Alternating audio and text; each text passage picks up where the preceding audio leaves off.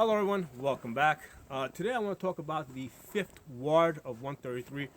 Fifth ward is basically a tail guard, right? So, basically you got your blade behind you like this.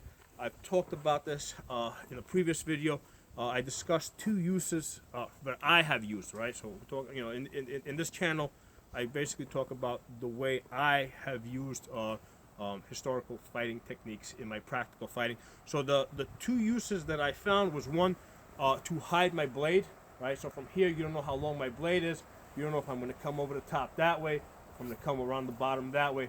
So I've used it as a way of hiding my blade. The other way I have used it is as a stretching guard. So if I'm here, what I'll do is I'll step back out of range. As I'm stepping back, I'm basically just coming back to that tail guard to stretch my arm out. And of course, when I'm in that tail guard, I can always come, I can come back and attack from there. So I was watching some of my fighting videos, and I noticed that I was actually using it a third way. I wasn't even aware at the time that I was using it, but I was indeed using it. So I was using it as a pass-through guard for when I do pull-throughs. Okay, so what exactly is that? Let me demonstrate.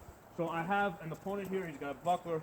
He's got a sword. Okay, so as I step in, I attack. My buckler's on his blade. I'm going to pull through, right? As I pull through, I come to that tail guard, and then from there, I can come back and attack. Okay, so what I've done is, from the bind, right, I pull through, I free up my blade, right? So once I free up the blade, then I can come back and attack. Now, of course, for this to work, you have to control your opponent's blade with your buckler.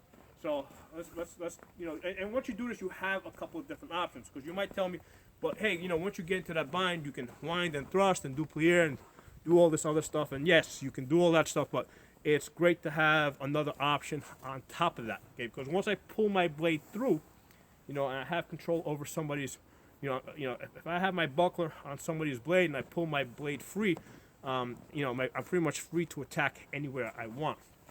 So let's discuss a couple of options again.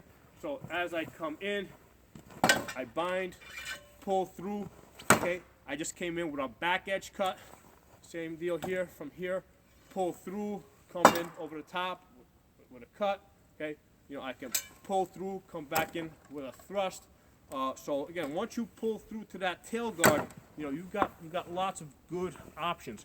So for those of you that are new to this channel, what I do is I've studied HEMA separately from my from my practical fighting. I started doing this about 16 years ago. I would go to a HEMA class, and then I would go to my fighting practices.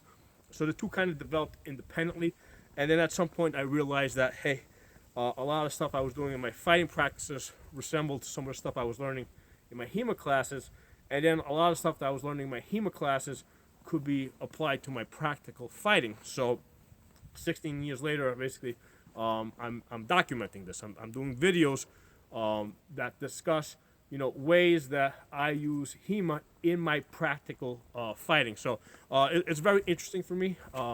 It's kind of like approaching the subject backwards. Instead of studying the manuals and then going and applying it, I've learned the fighting, and then I look at the manuals to see how the manuals resemble my practical fighting. So if you guys like this channel, give it a thumbs up, share it. If you're not a member, subscribe. I'll talk to you guys soon.